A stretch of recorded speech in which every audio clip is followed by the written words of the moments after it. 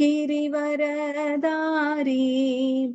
यशोदानन्दन ब्रज जनरञ्जना यमुनातीरवनचारी जय कुञ्ज बिहारी यमुनातीरवनचारी जय कुञ्ज बिहारी जय कुञ्ज बिहारी जय राधा माधवा जय कुञ्ज बिहारी हरे कृष्ण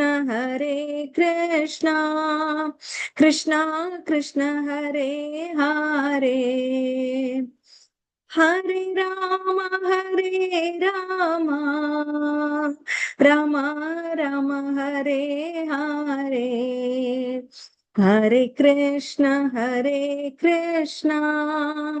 कृष्ण कृष्ण हरे हरे हरे राम राम राम हरे हरे ओम ज्ञानतिमिरान्धस्य ज्ञानाञ्जनशलाकया चक्षुरुन्मीलितं येन तस्मै श्रीगुरवे नमः। श्रीचैतन्यमनोभीष्टं स्थापितं येन भूतले स्वयं रूपकदा मह्यं ददाति स्वपदान्तिकं।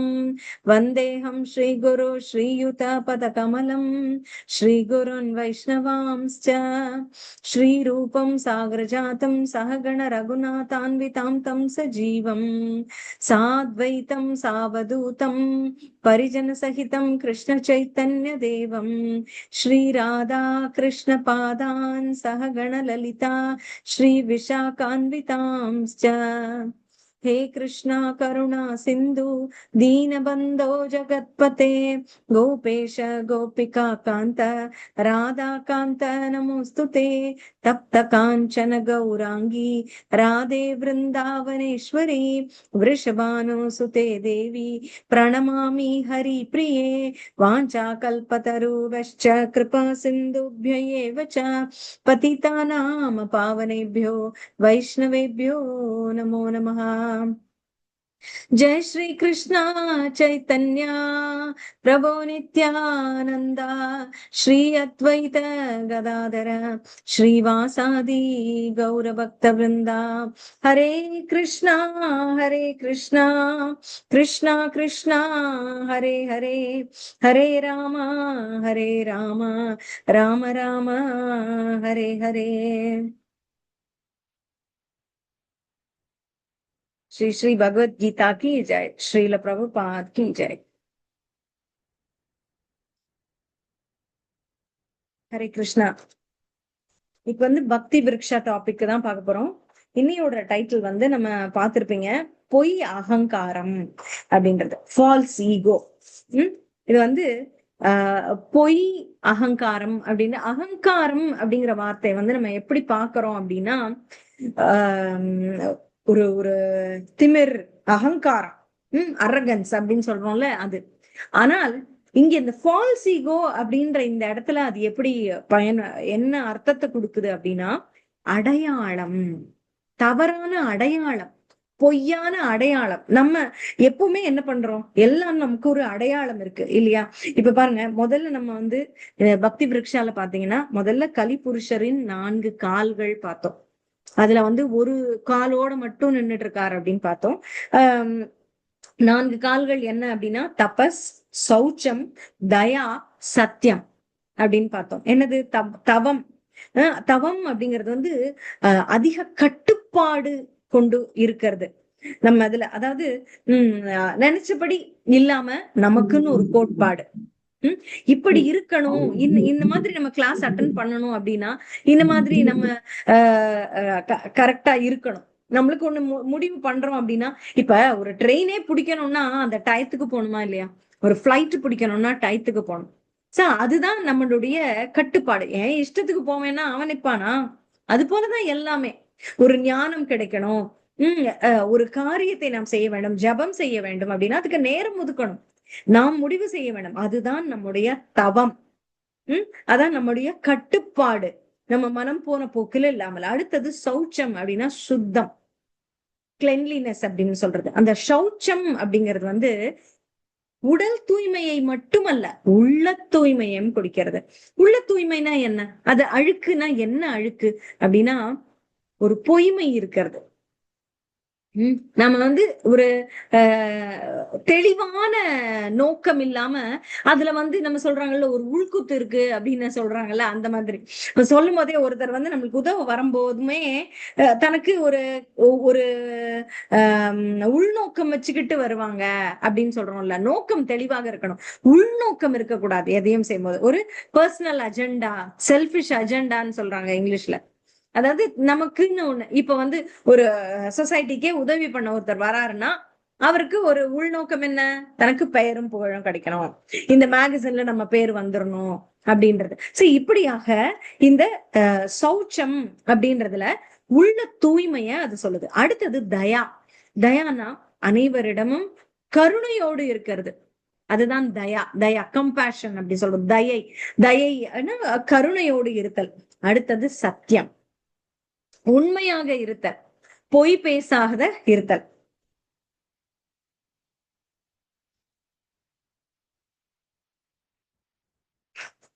அப்ப இந்த 4 கால்ல ஒண்ணு மட்டும் நிக்குதுன்னாங்கல்ல, அது வந்து இந்த சத்தியம் மட்டும்தான். கலியுகத்துல இதெல்லாம் தவம் இல்ல, தூய்மை இல்ல, தயை இல்ல. அதுலதான் நம்ம எல்லாமே சண்டைகள் எவ்வளவு பாக்குறோம், சண்டை சச்சரவுகள் பாக்குறோம், எல்லாமே பாக்குறோம். தூய்மையின்மை, இரண்டு மனதா நடந்துக்கிறாங்க மக்கள், எல்லாமே பாக்குறோம். அடுத்தது பாவங்களுக்கு காரணம்னு பாத்தீங்க அடுத்த கிளாஸ்ல பக்தி விருட்சால. இந்த இந்த கலிபுருஷனின் 4 கால்கள்ல 3 கால்கள் போனதற்கு காரணம், இந்த 3 கால்களும் காணாமல் போனதற்கு காரணம் என்ன அப்படின்னா பாவங்கள். அந்த பாவங்கள் என்ன, அந்த பாவங்களுக்கு காரணம் என்ன அப்படின்னு பார்த்தோம். அவை தங்கும் இடம் எது அப்படின்னு பாக்குறோம். ஹரே கிருஷ்ணா.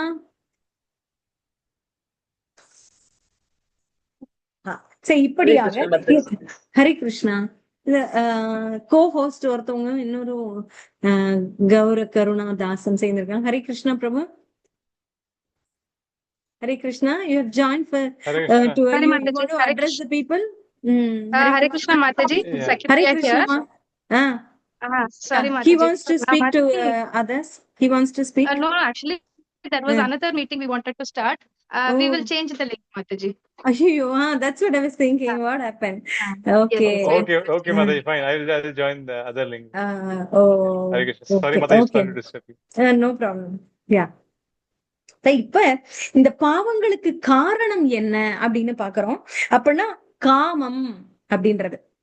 அப்ப இந்த காம, குரோத, மோக, மத, மாத்சரியம் அப்படிங்கிறது அந்த காமத்தை தொடர்ந்து மிச்ச அனைத்து பாவங்களும் சேர்ந்து வருகிறது அப்படின்னு பாக்குறோம். இந்த பாவங்கள் தங்கும் இடம் எது அப்படின்றதெல்லாமும் நம்ம பார்த்தோம். இப்ப காமம் அமரும் இடங்கள் அப்படிங்கிறது புலன்கள், மனம், புத்தி. இது 3 இடங்களிலும் இந்த காமம் வந்து உட்கார்ந்து விடுகிறது. அப்ப என்ன ஆகும்? காமம் சென்று புலன்களை கவ்வும், அப்படியே புலன்களை அப்படியே அட்ராக்ட் பண்ணும், அவற்றை வந்து அப்படியே கட்டி பிடித்து நின்றுடும். அப்ப என்ன ஆகும்? புலனுக்கு துணையாக மனம் வரும். புலன்கள் உன்னை பற்றி கொண்டு விட்டால் மனதுக்கு வந்து கேட்காது. மனம் தாய் போல என்ன வந்து குழந்தை வேண்டுகிறதோ, என்ன அந்த புலன் வேண்டுகிறதோ அதை போய் இழுத்து கொண்டு வந்துடும், எப்படியாவது அடைவிக்கும். அதுதான் அந்த மனதினுடைய வேலை, அந்த தாயினுடைய வேலை போல. சோ அப்ப காமம் சென்று புலன்கள் மேல் முதல்ல உட்காரும், அதை பிடிச்சிடும். அப்ப அந்த புலன்கள் வந்து புலனுக்கு துணையாக மனம் வந்துரும். இந்த மனம் போய் புத்திய குழப்பும்.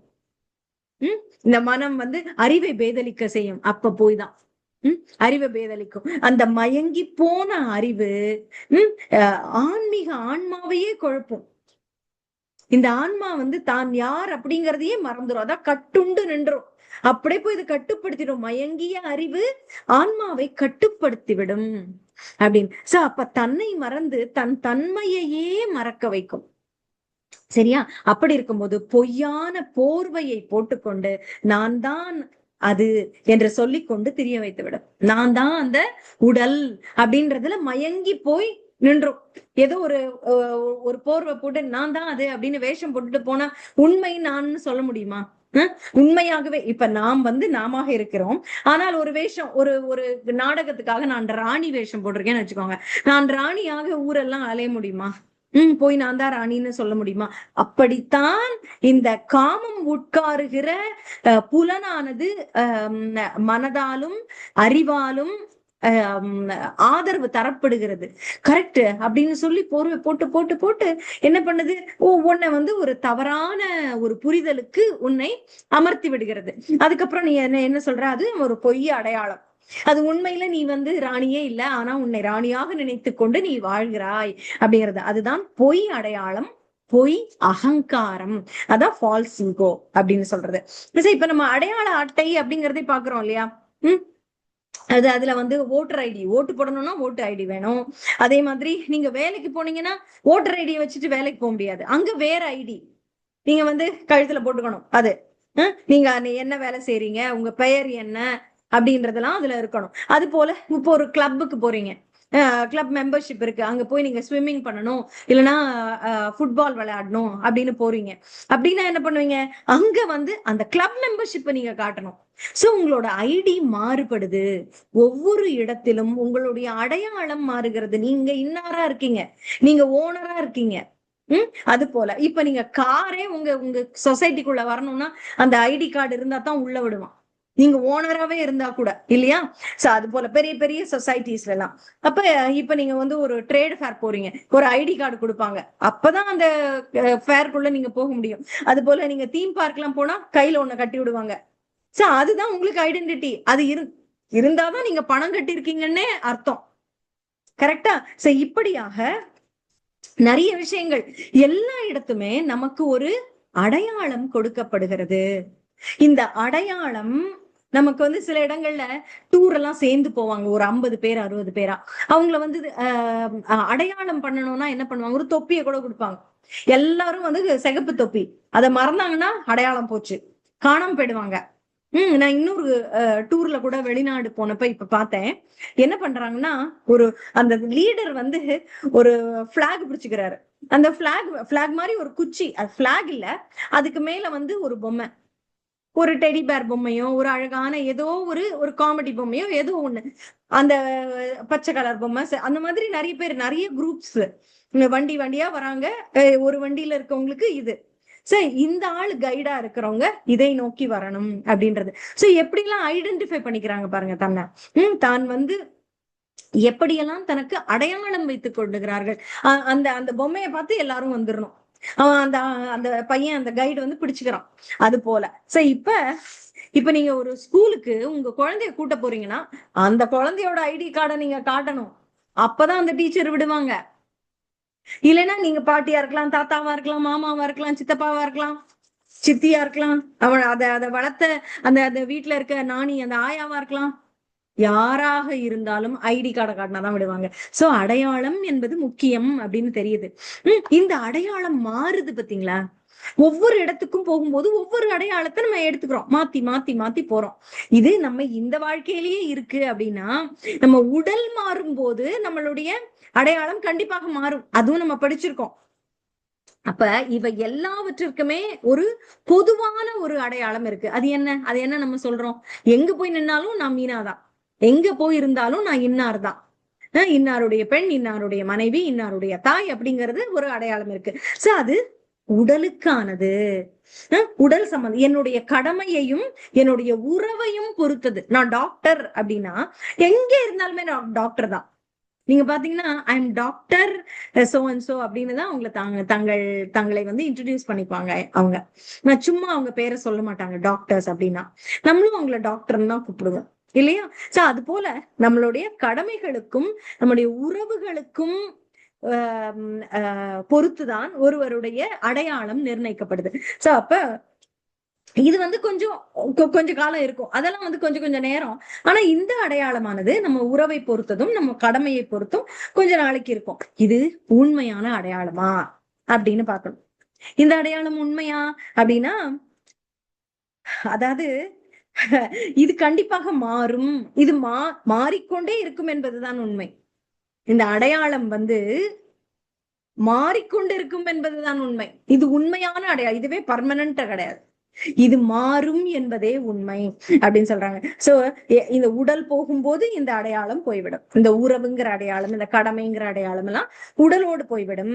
அப்ப உண்மையான அடையாளம் எது இருக்கணும்ல? நம்ம சொல்றோம்ல, தனிப்பட்ட ஒரு இண்டிவிஜுவலிஸ்டிக்கா இருக்கும் அப்படின்னு சொல்றோம். அப்படின்னா என்ன அப்படின்னு பார்க்கணும். உண்மையானது எது?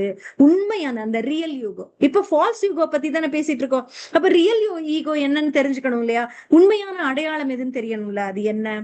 நான் இந்த ஆத்மா என்பது, நான் இந்த உடல் அல்ல, இந்த ஆத்மா என்பது சரியான புரிதல், உண்மையான அடையாளம் அப்படின்றது.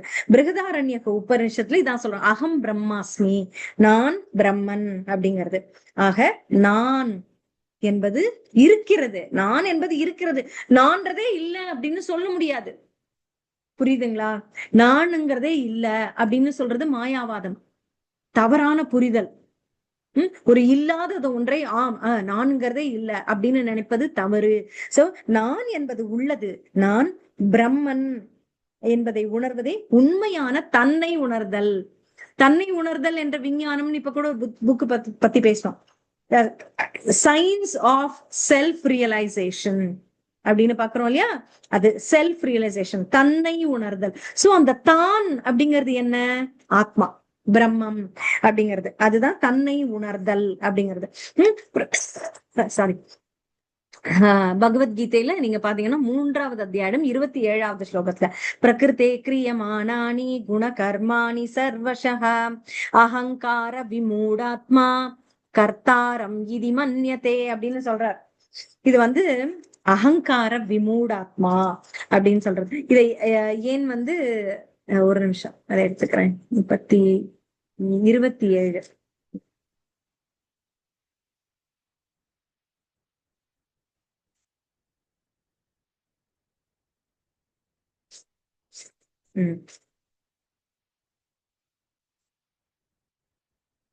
பிரகிருத்தே ஆனா ஜட இயற்கையின் ஜட இயற்கை செய்யக்கூடிய அதன் குணங்களால் செய்யக்கூடிய செயல்களை நானே செய்கிறேன் என்று நினைப்பதுதான் அகங்காரம், விமூடாத்மா அப்படின்னு சொல்றார்.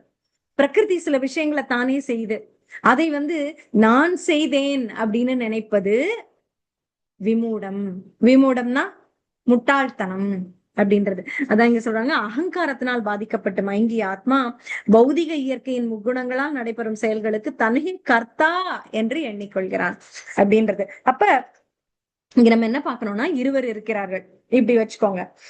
கிருஷ்ண உணர்வில் இருக்கிறவர் ஒருத்தர் ஒரு பக்கம், இன்னொரு பக்கம் பௌதிக தளத்துல இருக்கார். அவருக்கு வந்து கிருஷ்ண பக்தி எல்லாம் தெரியாது, எல்லாத்தையுமே வந்து ஒரு மெட்டீரியலிஸ்டிக் பிளாட்ஃபார்ம்ல தான் பார்ப்பார், லௌகீகமாக தான் பார்ப்பார் அப்படின்னு இருக்காங்க. இருவருமே அதிகமாக உழைக்கக்கூடியவர்கள், நல்லா உழைப்பாங்க, நல்ல ஹார்ட் ஒர்க், நல்ல ரிசல்ட்டும் வருது இருவருக்குமே.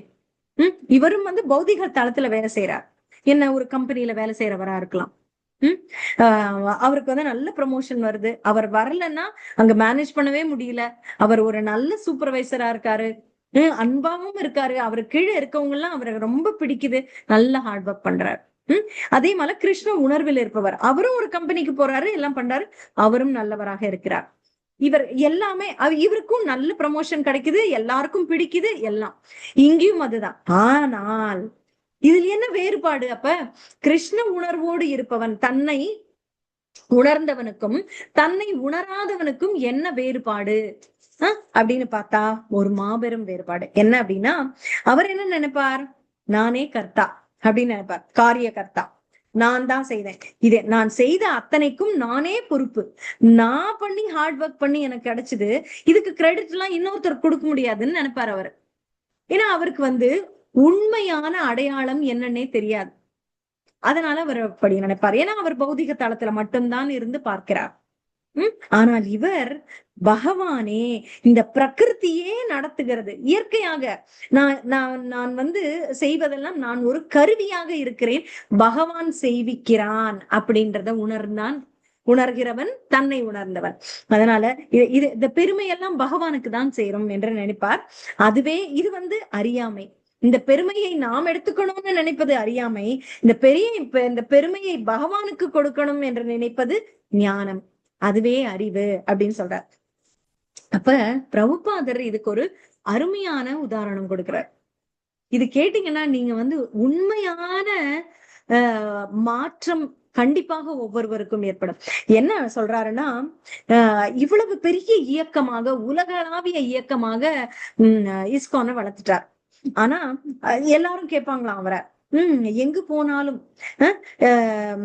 இது நான் யாரோ ஒரு என்ன சொல்றது, நிருபராக இருக்கலாம், பெரிய பெரிய மனிதர்களோட தான் பிரபுபாதர் எப்பவுமே இன்டராக்ட் பண்ணியிருக்காரு நிறைய பேரோட. எல்லாம் என்ன கேட்பாங்களாம், நீங்க வந்து பலரும் வந்து பாராட்டுவாங்களாம். அப்ப வந்து அனைத்து புகழும் உங்களையே சாரும் என்பார்களாம். ஏன்னா ஒவ்வொரு இடத்துலயும் இருக்கு, ஒவ்வொருத்தரும் எவ்வளவு அனுபவிக்கிறாங்க, அவர்களுக்கு வந்து வீடு போல நீங்கள் அமைத்து கொடுத்திருக்கிறீர்கள் அப்படின்னு. இப்ப நம்ம பாக்குறோம் இல்லையா, எங்கு போனாலும் நம்மளால வந்து ஒரு உறவுக்காரரை பார்த்தது போல, நம்மை சார்ந்தவரை பார்த்தது போல இருக்கு ஒரு பக்தரை பார்த்தா, இல்லையா? உலகின் எந்த நுக்கின் கார்னருக்கு போனாலும், ஒரு ட்ரெயின்ல போகும்போது ஒரு பக்தர் சாண்டிங் பீட்ஸ் வச்சுட்டு, இல்லைன்னா நாமம் போட்டுட்டு இருக்காரு, இல்ல கண்டி மாலை போட்டுட்டு இருக்காரு, ஏதோ ஒரு இண்டிகேஷன் பார்க்கும்போது நம்மளுக்கு தெரிஞ்சது, ஓ இவங்க டிவோட்டியா இருக்காங்க, இவங்க கூட நம்ம பேசலாம் அப்படின்னு பார்த்தோன்னே நம்ம சிரிக்கிறோம். ஹரே கிருஷ்ணன் சொன்னாலே உறவு, அவ்வளவுதான். இவங்கள ரொம்ப நாள் தெரிஞ்ச மாதிரி, இவங்க புதுசே கிடையாது, நம்மளுக்கு உறவுக்காரங்கள் மாதிரி ஆயிடுறோம். சோ இப்படியாக உறவாக உலகையே இணைத்திருக்கிறார். நம்ம எல்லாருக்கும் எங்குமே நாம் வந்து நீரிலிருந்து வெளியே வந்த மீன் போல கிடையாது. மீன் எப்படி தத்தளிக்கும், வீடு இல்லாம சுவாசிக்க காற்று இல்லாதது போல அந்த நீரிலிருந்து வெளிவந்த மீன் தவிக்கும். அப்படி இல்லாமல் எங்கு இருந்தாலும், எங்கு போனாலும் புதுசு இடம், யார் இருக்கா தெரியலையேன்னு முழிக்க வேண்டியதே இல்லை. ஏன்னா அங்க வந்து ஒரு பக்த சங்கம் கிடைச்சதுன்னா நம்ம சந்தோஷப்படுறோம். இப்படி ஒரு அமைப்பை ஏற்படுத்தி கொடுத்திருக்கிறதுனால பலரும் பாராட்டுவாங்களாம். அவரை பார்க்கும்போது, அவர் இருக்கிற காலத்தில் வந்து பேசும்போது, இந்த அனைத்துக்கும் உங்களுக்கு தான் கிரெடிட், எவ்வளவு பண்ணிருக்கீங்க அப்படின்னு, அனைத்து புகழும் உங்களுக்கே அப்படின்னு சொல்லுவாங்களாம். அவர் வந்து இப்படிப்பட்ட அற்புதத்தை நிகழ்த்தி இருக்கிறீர்கள் அப்படின்னு சொல்லுவாங்களாம். அதுக்கு அவர் சொல்வாராம், எனக்கு அற்புதம் நிகழ்த்தலாம் தெரியாது, நான் வந்து மெஜிஷியன் கிடையாது, நான் மாயாஜாலக்காரன் கிடையாது, நான் ஒன்னும் புதுசா இதெல்லாம் கிரியேட் பண்ணல, என்னால வந்து தங்கம் அப்படிங்கறத வந்து உருவாக்கவெல்லாம் எனக்கு தெரியாது. அது போல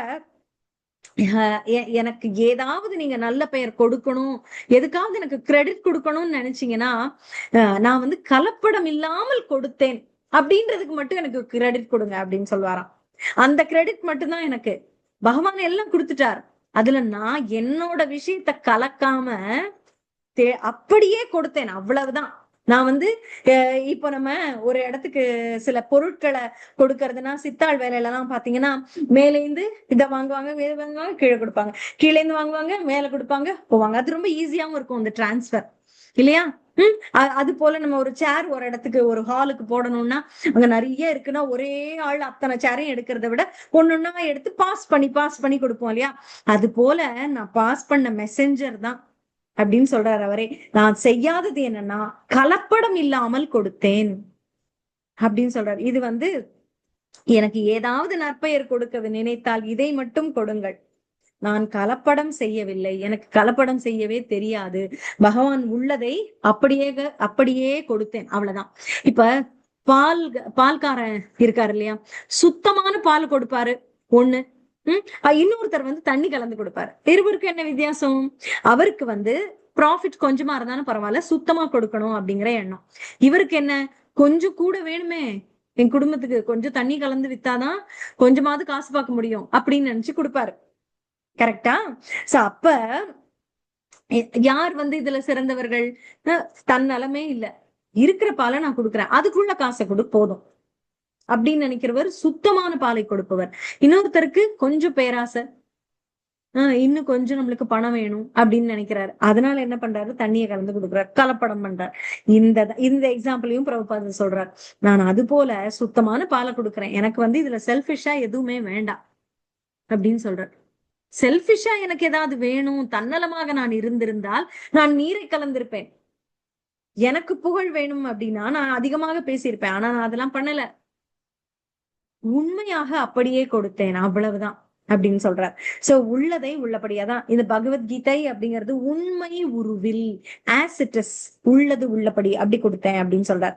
இதுல வந்து கிருஷ்ணரை முழுமுதற் கடவுள் பரம புருஷ பகவான் அப்படின்னு பகவத்கீதை சொல்கிறது.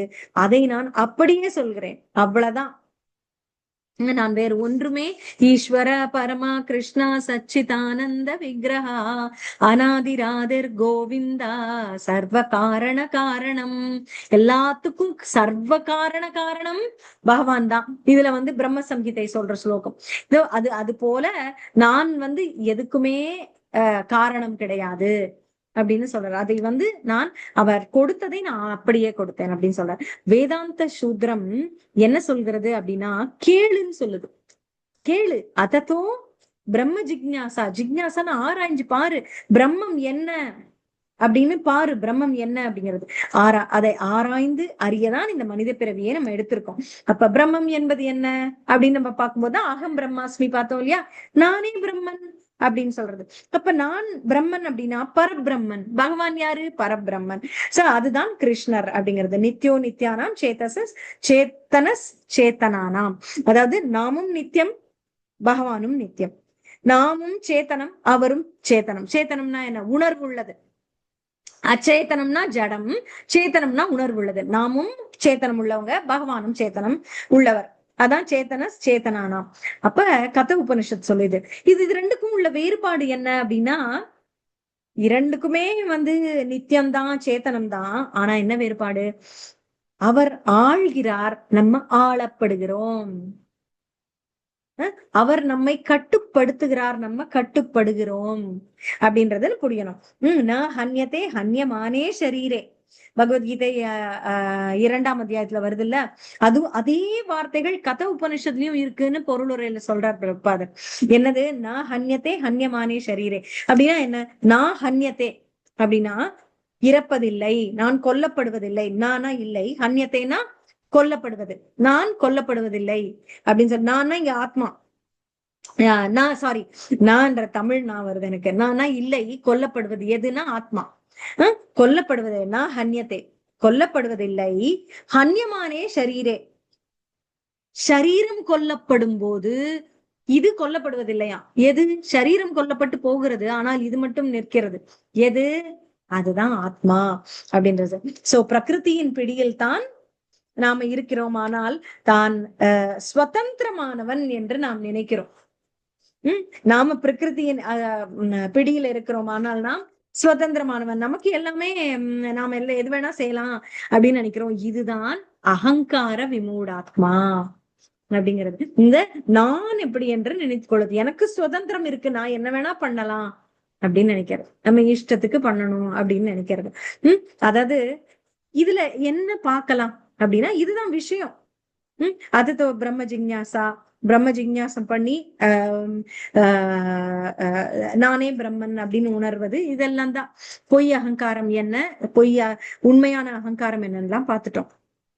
இதுல என்ன புதுசா தெரிஞ்சுக்கலாம் நம்ம அப்படின்னா, முக்கியமான விஷயம் என்ன அப்படின்னா, என்னை விட சிறந்தவர் இல்லை அப்படிங்கிறது. இந்த பொய்யான அகங்காரத்தால் என்ன உணர்கிறோம் அப்படின்னா, நாம எங்கு போனாலும் நாம் மற்றவர்களை விட உயர்ந்தவர்கள், நான் சூப்பர், என்னோடது பெஸ்ட், நான் பண்ணா நல்லா இருக்கும். இது எல்லாருமே யோசிக்கிறோமா இல்லையா? இது ஏன் வருது? அதாவது ஒரு கல்யாண வீட்டுக்கு போறோம்னு வச்சுக்கோங்க, எல்லாரையும் விட நான் கொஞ்சம் பெட்டரா இருக்கேன், நான் அழகாதான் இருக்கேன், அவங்க கொஞ்சம் இன்னும் கொஞ்சம் பெட்டரா, மேக்கப் கொஞ்சம் சரியில்லை, இன்னும் கொஞ்சம் அவங்க இது பண்ணிருக்கலாம் அப்படின்னு. அவங்க நகை வந்து அவ்வளவு பளிச்சுன்னு இல்லை, நம்மளோடது இன்னும் பெட்டரா தான் இருக்கு அப்படின்னு. இதெல்லாம் நம்ம மனசுல நம்ம மைண்ட் வாய்ஸ். அப்புறம் அந்த புடவை ஓகே தான், நம்மளோடது பெட்டரா தான் இருக்கு அப்படின்னு. அப்புறம் அவங்க சாப்பாடு சாப்பிட்டதுக்கு அப்புறம் நம்ம இதுல போட்டது இதை விட பெட்டரா இருந்தது. இந்த மாதிரி எத்தனை பேர் யோசிக்கிறீங்க? நிறைய பேர் இப்படிதான் யோசிப்பாங்க. நம்ம போட்டது பெட்டரா தான் இருந்தது. வீட்டுக்கு வந்து நம்ம டிஸ்கஸ் பண்றோம்னு வச்சுக்கோங்க, என்ன சொல்லுவாங்க? சூப்பரா இருந்தது, ஆனா நம்மளோடதும் பெட்டரா தான் இருந்தது, இதை விட பெட்டரா இருந்தது, அவங்க அரேஞ்ச்மெண்ட்ஸ் எல்லாம் நம்மளோடது சூப்பரா தான் இருந்தது அப்படின்னு. யாரோடும் நம்மை இந்த மாதிரி கம்பேர் பண்ணி நம்மை நாம் உயர்ந்தவர்களாக, சிறந்தவர்களாகவே நினைத்துக் கொள்கிறோம். சரியா? அதாவது என்னோட பிள்ளை பெட்டர், என் பிள்ளை வந்து பெட்டரான பொசிஷன்ல இருக்கான் அவங்கள விட, இந்த மாதிரி ஒரு எண்ணம் நமக்கு இருக்கத்தான் செய்கிறது. அப்ப பிரபுபாதர் என்ன சொல்றாருன்னா, இந்த இந்த போட்டி மனப்பான்மைய விமூடனின் போட்டிங்கிறார், முட்டாள்தனமான போட்டிங்கிறார். இது ஏன் அப்படின்னா, இதற்கு இலக்கில்லாதது இது. இதனால நீ என்ன அடைய போகிறாய்? ஆனால் இதுதான் பெருசுன்னு நம்ம நிக்கிறோம் யூசுவலாவே. பாத்தீங்கன்னா இது நம்மளால விட்டு கொடுக்கவே முடியல. இப்ப பார்த்தோம்னா ஒருத்தர் சைக்கிள் வாங்குறாங்க, எது பண்ணினாலுமே என்னோடது பெட்டரா, நான் சமைச்சது பெட்டரா இருந்தது, நான் சொன்னது அதை விட என்னுடையது சிறந்ததாக இருந்தது, அப்படின்ற ஒரு போட்டியில தான் அனைத்தையுமே நாம பார்க்கிறோம். அப்ப இதை எப்படி சொல்லலாம் அப்படின்னா, தண்ணியில கோலம் போடுவது எப்படி இருக்கும்? போட்டா நிக்குமா? தெரியுமா? அது போல. அப்ப அந்த குண்டு சட்டியில குதிரை ஓட்டுறதுன்னாங்க, நகருமா? நகராது இல்ல. அது போலதான் இந்த போட்டி. நீ யாரோடு போட்டு போடுகிறாய்? ஆனா அதுதான் பெரிய விஷயமா நினைச்சு நம்ம வாழ்க்கையில அதுக்குதான் இருக்கோம்னு 4 நாள் செலவழிப்போம். அது இல்ல, உன்னோடதை விட என்னோடதுதான் பெட்டர், நீ அதை தான் பண்ணிருக்கலாம், இதைதான் பண்ணிருக்கலாம். தேவையில்லாத போட்டி யாரோடு வேணும். இது மற்ற குடும்பம் இல்ல, குடும்பத்துக்குள்ளேயே போட்டி, கணவன் மனைவிக்குள்ளேயே போட்டி. நான் செய்தது சரியா, நீ செய்தது சரியா? அதாவது நான் கொண்டு வந்த இந்த ஆளு, இந்த கார்பெண்டர் பெட்டரா வேலை செஞ்சான், நீ ஒரு ஆளு கூட்டிட்டு வந்தியா, அவன் என்ன பண்ணான்? இப்படி ஆரம்பிக்கும் பிரச்சனை. அப்புறம் நான் போய் இந்த சரியா கரெக்டா பண்ணிட்டேன், நீயும் தான் பண்ண, நீ என்ன பண்ண? இப்படியே நம்ம ஒருவர் கம்பேர் பண்ணி போட்டி வச்சுக்கிட்டே இருக்கோம். இதுதான் முட்டாள்தனமான போட்டி அப்படிங்கிற. இது எதனால் வருகிறதுனா, இந்த ஃபால்ஸ் ஈகோனால, இந்த பொய்யான அடையாளத்தினால. அதாவது இந்த வெறும் தோற்றம் தான் இது. இந்த வெறும் தோற்றம் அது எப்ப புரியும்? கடைசி வரைக்கும் சில பேருக்கு புரியாது. அப்ப மரணம் கவ்வும் போது எல்லாம் மாயைன்னு புரியும். அவங்களுக்கு புரியாது, அவங்க போயிருப்பாங்க ஆல்ரெடி. சுற்றி இருக்கவங்களுக்கு புரியும். அந்த அம்மாக்கோ அந்த ஐயாவுக்கோ, இருந்த வரைக்கும் இவங்களுக்கு நம்ம நல்லா பண்ணிருக்கலாமே, இருந்த வரைக்கும் இவங்களை நம்ம பாத்துக்கவே இல்லையே அப்படின்னு எத்தனை கணவன்மார்கள் மனைவி இறந்த பின்பு இந்த மாதிரி வருத்தப்படுகிறார்கள் தெரியுமா? நம்ம எவ்வளவோ சண்டை போடாம இருந்திருக்கலாம், அப்படி இந்த போட்டி போடாமல் இருந்திருக்கலாம்னு. அதுதான் மாயை என்று புரியாமல் அப்படியே அவர்களை மட்டம் தட்டி பேசுறது, அந்த மாதிரி ஒரு கம்பேர் பண்ணி சண்டை சச்சரவுகள் இதனால் தான் வருகிறது. அப்ப மரணமாக புரியாதவர்களுக்கு மரணமாக கிருஷ்ணரே வருகிறார். வாழும் வரை என்னை ஏற்காதவனுக்கு, என்னை அழைக்காதவனுக்கு மரணத்தின் போது நான் போவேன். அவன் கூப்பிடவே இல்லை, நான் அதனால போகவே இல்லை பக்கத்துல. ஆனா மரணமாக எப்படியும் நான் போயே தீருவேன். எப்ப? மரணமாக நான் அவனிடம் போயே தீருவேன் அப்படின்னு பகவத்கீதையிலும் சொல்றார் பகவான். அதான் இது. எல்லாம் இப்ப பகவானுக்குள் போய்விடும், அவ்வளவுதான். அப்ப இந்த ஹிரண்ய கஷ்யபு அப்படின்னு ஒருத்தர் கதையும் பிரபுபாதர் சொல்றார். எதுக்கு சொல்றார்? அவன் ரொம்ப அகங்காரமா இருந்தான், தன் மகனையே துன்புறுத்தினான், பிரகலாதனை. அப்ப நரசிம்மர் அழிச்சாரே, ஒரே நொடியில அழிஞ்சு போயிட்டானா இல்லையா? அது போலதான் நீ எப்படிப்பட்ட அகங்காரமாக இருந்தாலும் ஒரு நொடியில் எல்லாம் முடிந்துவிடும் அப்படின்னு சொல்ற. உண்மையான பிரச்சனை என்ன என்று பார்த்து அதை சரி செய்ய வேண்டும். அப்ப அது பொதுவான பிரச்சனை, எல்லாருக்கும் பொதுவான பிரச்சனை என்னது? ஜென்ம மிருத்யு ஜரா வியாதி. எனக்கு சில பிரச்சனை இருக்கலாம்.